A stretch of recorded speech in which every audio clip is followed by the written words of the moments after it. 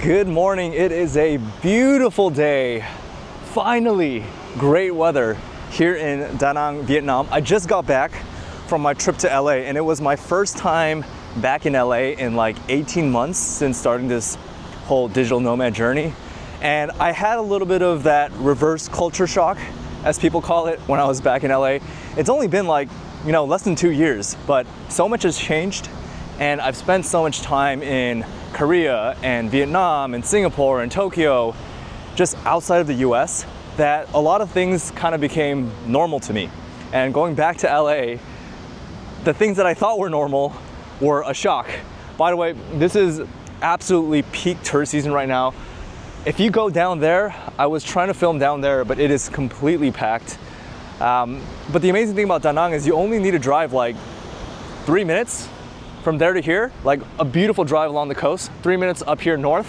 And look at this. You have this amazing, beautiful, pretty empty plot of beach. And it's not as nice in terms of touristy stuff. So in the touristy area, you have like fruit juice and coconuts and pasta and pizza and whatever, just like stalls of stores all along the side.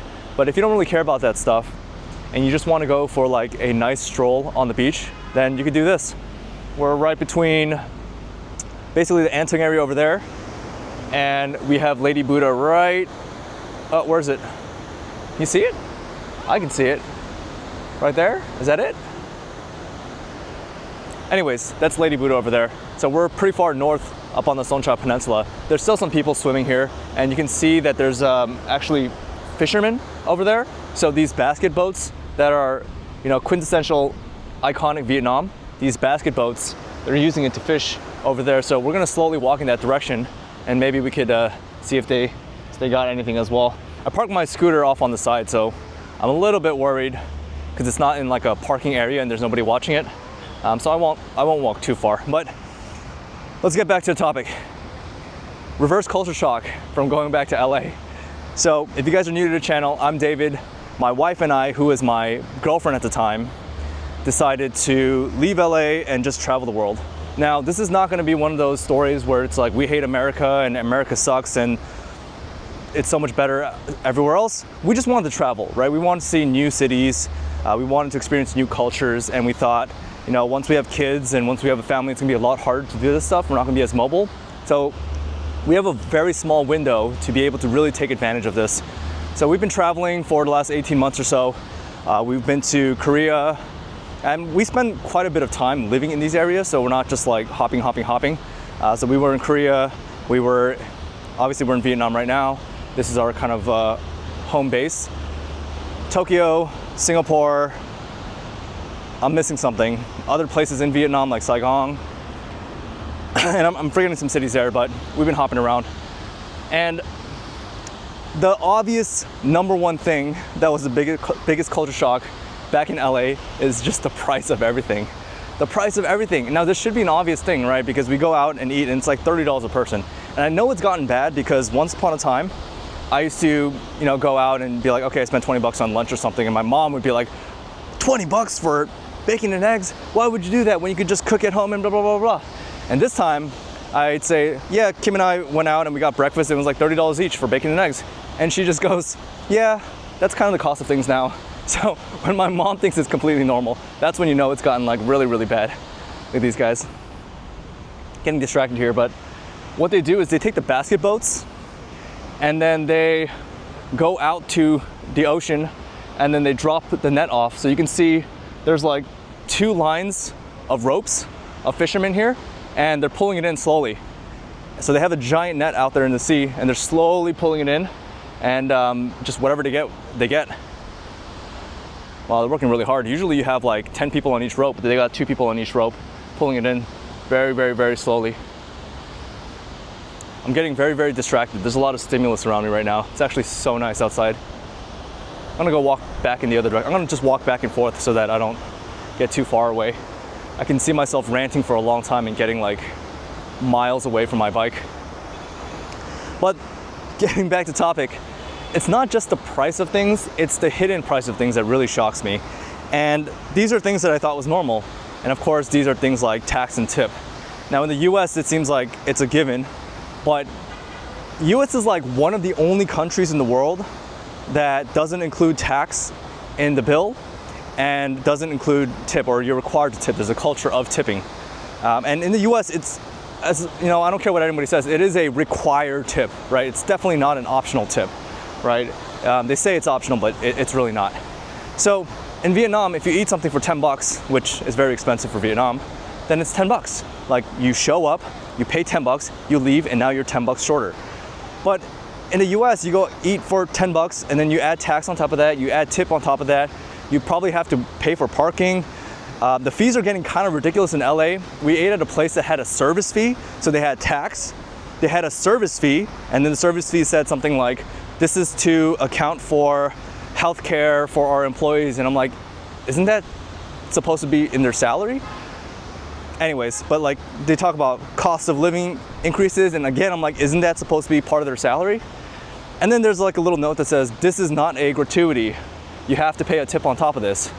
And like, I'd rather you tell me the meal costs 30 bucks and I have to pay 30 bucks and that's all included, than you tell me the meal is 20 bucks and then like, I end up paying 30 bucks, right? I feel like I'm getting tricked.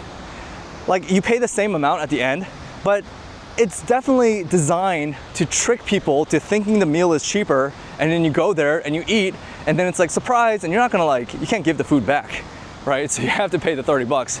So it's ranting a little bit, but that was really annoying to me. It was something that I thought was completely normal for the first 30 years of my life. And now that I go to other places, Korea, you know, Vietnam, whatever, it's all the same thing. If the menu says it's 10 bucks, then it's 10 bucks, and that's it.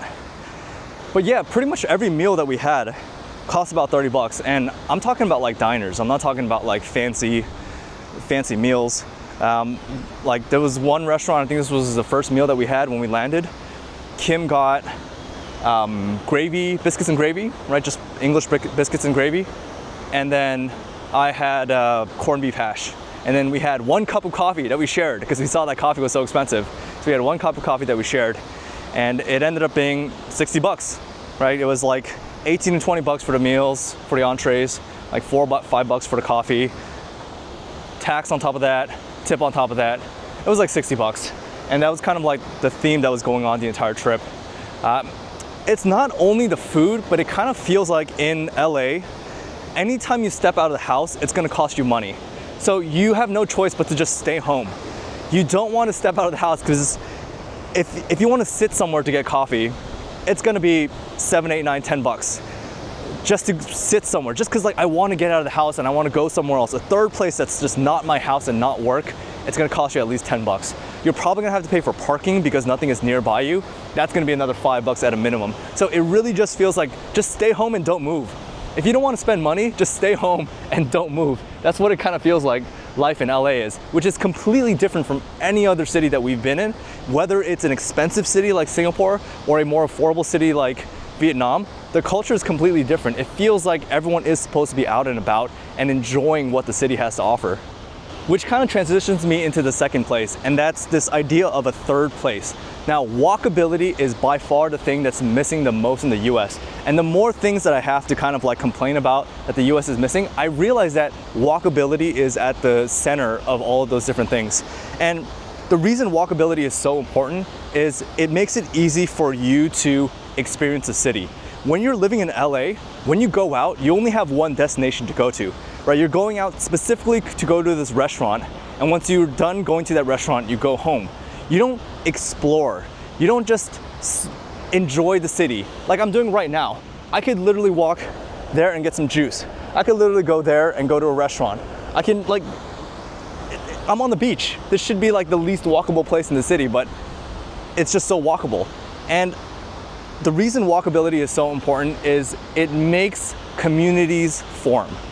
Now, what do I mean by that? It significantly reduces the friction required to hang out with your friends, to have spontaneous meetups, to know who your neighbors are. Like in LA, you don't really know who your neighbors are. Unless you live in like an apartment and their door is like literally 10 feet away from your door, you don't really know who your neighbors are. You don't know who the people in your community are because you don't have that opportunity to just meander around and experience people, run into people, and just have these spontaneous interactions. And I think that makes a city kind of lose its soul. I know it sounds super cheesy, but that's the only word that I can really use to describe this.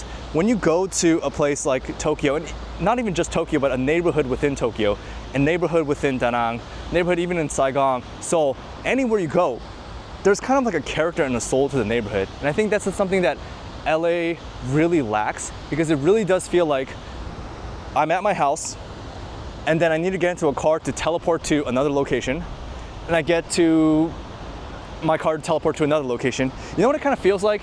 Now this is a really weird example. It kind of feels like every place in LA is like a website, and you have to like type in the URL to go to the website.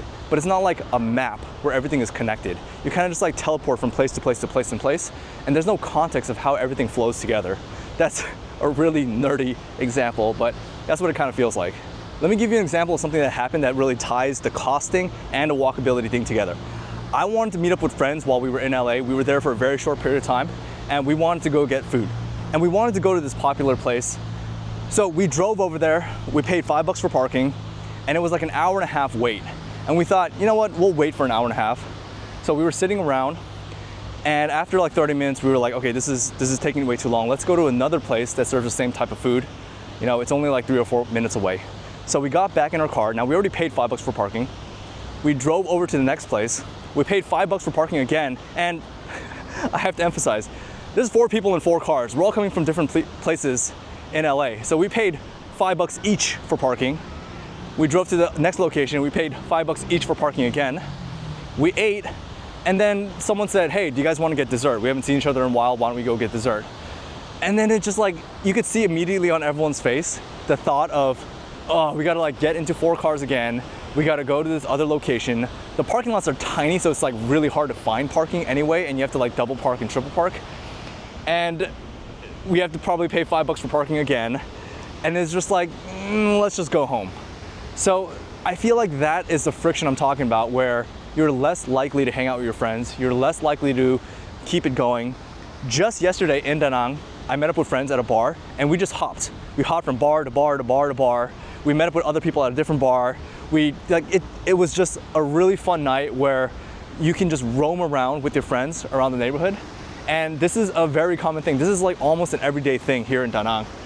It's such a chore in LA to meet up with a friend, because you have to get into your car, you have to drive 30, 40 minutes in traffic, and you just meet up for like an hour. Because again, without that walkability, you don't really have a way to extend that hangout time. So you're doing all that just to hang out for an hour, and then you're going back home. So I rarely meet up with friends. We talk a lot online, we stay connected, but it's definitely not a 5 out of 7 days a week meeting up with friends kind of thing like happens in Da Nang. By the way, guys, I do want to give an update on the app that I'm building called Nomad Social. This is exactly the motivation of why I built this app. It's because every time I go out to a coffee shop, I would just have to like text 20 different people like, hey, where are you? Where are you? Where are you? I'm at coffee. Do you want to hang out? You're not doing anything. And it was such a pain. So I wanted to build an app where I can just tell all my friends at the same time, hey, I'm getting coffee right now at this place, or I'm getting lunch at this place right now. If you're not doing anything, if you're in the area, come hang out. I'm not really like a big meetup type of person. There's all these meetups that are like something money mastermind, and it's like 100 people. That's not really my scene. I just want to get coffee with like 2 of my friends. So that's the idea that I built Nomad Social around. It's this idea that I just want to keep tabs on my friends. And on top of that, even when they're out of town, I can know when they're back in town. When I'm out of town, I can know who's in my city. That's the idea behind Nomad Social. You can also do public hangouts, so if that is your scene, and if you want to say, I want to get dinner with 30 people, then you can do that as well. The app is only live in Da Nang right now. We're going to be launching the rest of the world soon. But if you're in Da Nang right now and you're a digital nomad, an expat, or a traveler, just send me a DM on Instagram and say, send me a code, and I will send you an invite code so that you can get early access to the beta. I'm already using it, my friends are already using it on a daily basis, so we have public and private hangouts there all the time, but I'm having a public hangout at least 2 or 3 times a week. So if you're in Da Nang, you can meet up with me, grab coffee, we can get to know each other, and just be social and enjoy the city. Oh my gosh, another funny and kind of ridiculous difference between Da Nang and LA is the driving. Trying to drive a car in LA was so weird at first. I was like this close to crashing. I mean, I wasn't actually like close to crashing, but in my mind, I felt like if I slipped and I didn't focus, I would crash. And the reason for that is there's no red lights and green lights in Da Nang. You just kind of like look around and you go when you feel like going, and you try to like weave your way between other people. And when I first landed in LA, we were driving home from the airport. Freeway was fine, but once we started getting to the local streets, I kept slowing down at every single intersection and to look left and right. So I would, it's a green light, I'm going, slow down, nobody's coming, slow down. And my mom was like, what are you doing?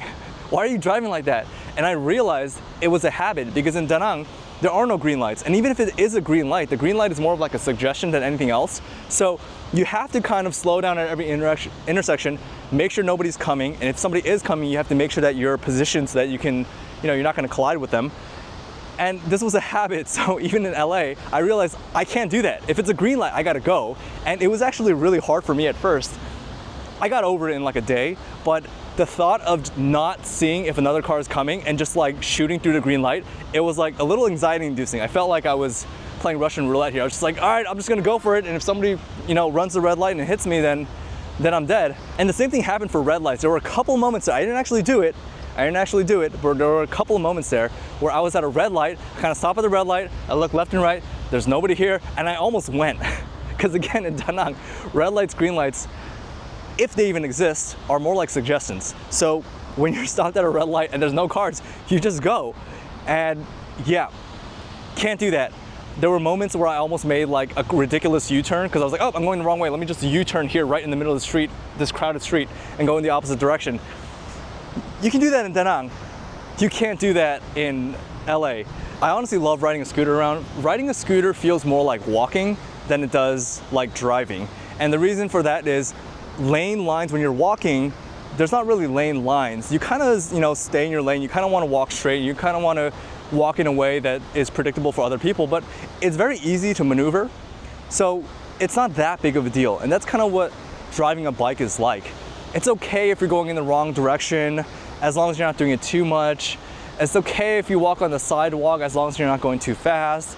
It's okay if you kind of, make weird turns or have to adjust and not exactly follow traffic rules, because it's flexible. Bikes are flexible, just like humans, and walking is flexible. So it almost feels more natural, for lack of a better word, because you can just kind of go based off your senses and not based off traffic rules. By the way, this is what the boat looks like. Little random, another ADHD history lesson. The reason that Vietnam has basket boats is because when the Vietnamese were colonized by, I think it was when they were colonized by the French. Vietnamese have been colonized by like everybody. But when they were colonized by the French put a huge tax on boats. Now, a place like Da Nang, a lot of fishermen, it's very difficult to pay a very high tax on boats. So what the Vietnamese did is they created these giant baskets, and they would say, these aren't boats, these are baskets. This is where we store our fish, and this is where we store our vegetables. That's all it is, they're baskets. And when they're out in the water, it's because we use it to collect all the fish that we've been fishing. So this was a way for Vietnamese people to get around the tax. Hardship breeds ingenuity, and this is kind of like an awesome history piece. They still use it now because it's actually pretty practical. It's just great because you don't have to turn the boat, right? If you're in a boat, you have to like turn it.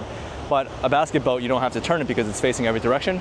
And it's just really easy for them to go out into sea. They don't have to go too far either, so they go out, drop their nets. Oh, they're doing it over here too. It's gonna be interesting. Let's see how it goes, but that's a little history lesson behind the basket boats. Oh, they're parasailing over there. Well, looks like fun. I guess there's more than one parasailing. Oh, they're, what's that called, base jumping? See that parachute over there? I think that's base jumping, or is that parasailing too? I don't know. They're jumping off of a mountain. They're flying off. They're getting pulled by a boat. So there's a difference, but I don't know what the terminology there is. You guys can let me know in the comments. What was I talking about? I don't know. I think I was talking about biking and traffic laws, but let's move on to the next thing. The final thing I want to talk about, I'll keep this short. I had like a whole list, but I realized I rambled too much in between points that this is probably already a really long video. But the last thing that I want to talk about is brand, and especially clothing brands, but all types of luxury brands. And in Vietnam, it's kind of refreshing that brands mean nothing. Now, I'll go the opposite way and say in Korea, brands mean everything. In Seoul, at least, Seoul, South Korea, brands mean everything. So I'm not saying the US is better or worse, but the US is kind of like in the middle. I'm probably like high in the middle, but it's just a different point of view that was really interesting to me. So in Korea, brands mean everything. There's no point of buying an LV bag if it doesn't have a giant LV logo on it, because if other people don't know, what's the point? People will literally go into debt they'll take out 5-year loans, like a car loan, on an LV bag, and then make like $50 payments a month over 5 years so they could have a luxury designer bag, which is kind of ridiculous. But Vietnam is the opposite. It's kind of like there's a disillusionment moment when you come to Vietnam, when you realize that they make, like, Vietnamese factories make luxury brands, and it's weird. You guys understand, like, the real stuff, they make the real stuff. There's factories in Vietnam that make like Gucci bags and, you know, Supreme shirts and these kind of things. And they make it for pennies. And there's so many fakes here that are so close to the real thing that you can't even tell the difference. But the funny thing is, people in Vietnam, a lot of them don't even know the brands. So for example, my cousins come over to sleep over on the weekends all the time, and they always bring over their PJs, and their PJs always have Chanel PJ or Ferragamo or Fendi or Versace or whatever. And once I was asking one of my cousins, like, do you like Fendi? Like, do you like the brand Fendi? Because he had a full Fendi print pajamas. And he said, what's that? I was like, the shirt that you're wearing, the pajamas that you're wearing, that's Fendi. And he said, oh, I don't know what that is. It's just comfortable. And he told me that usually the luxury brands get printed on the nicer fabrics. So they pick it based off the fabric because it's a nicer, softer fabric of pajamas, but he has no idea what the brand is that's on the pajamas. He just picked the one that's like the softer fabric. It costs a little bit more. And I thought that was so funny.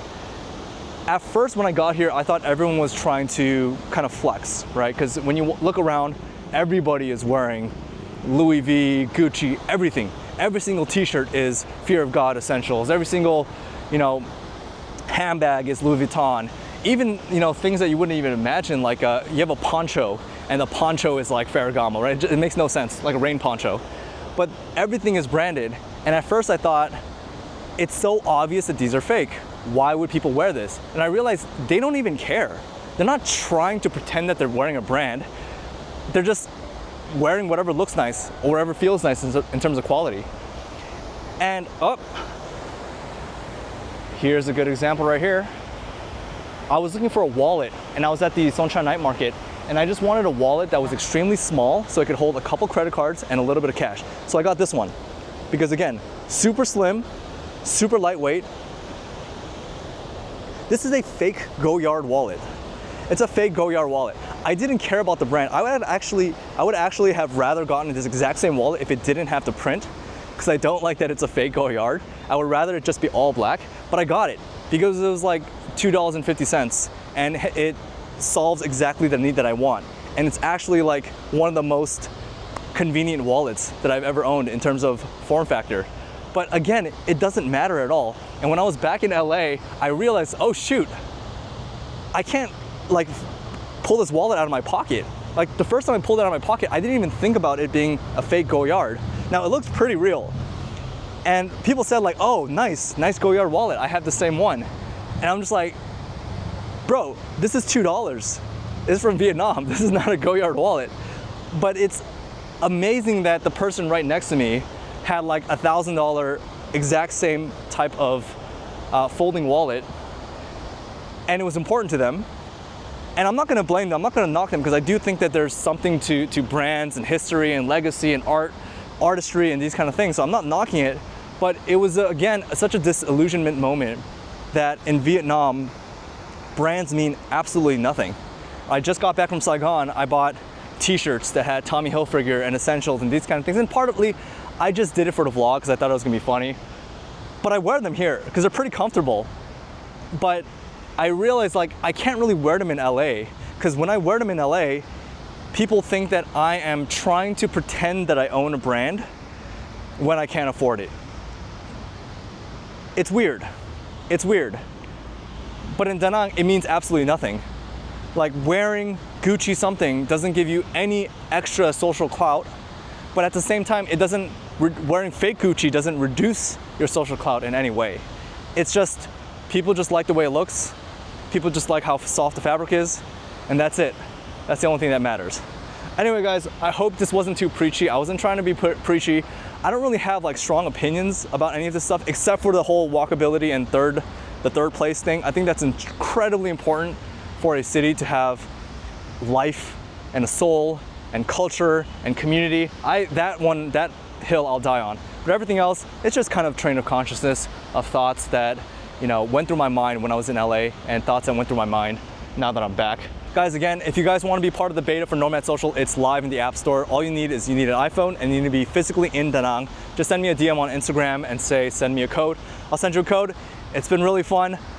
If you guys are in Saigon or Hanoi, anywhere else in Southeast Asia, like Bangkok, Chiang Mai, Bali, any other digital nomad hotspots, send me a DM as well. I'm looking for brand ambassadors for every single one of these cities.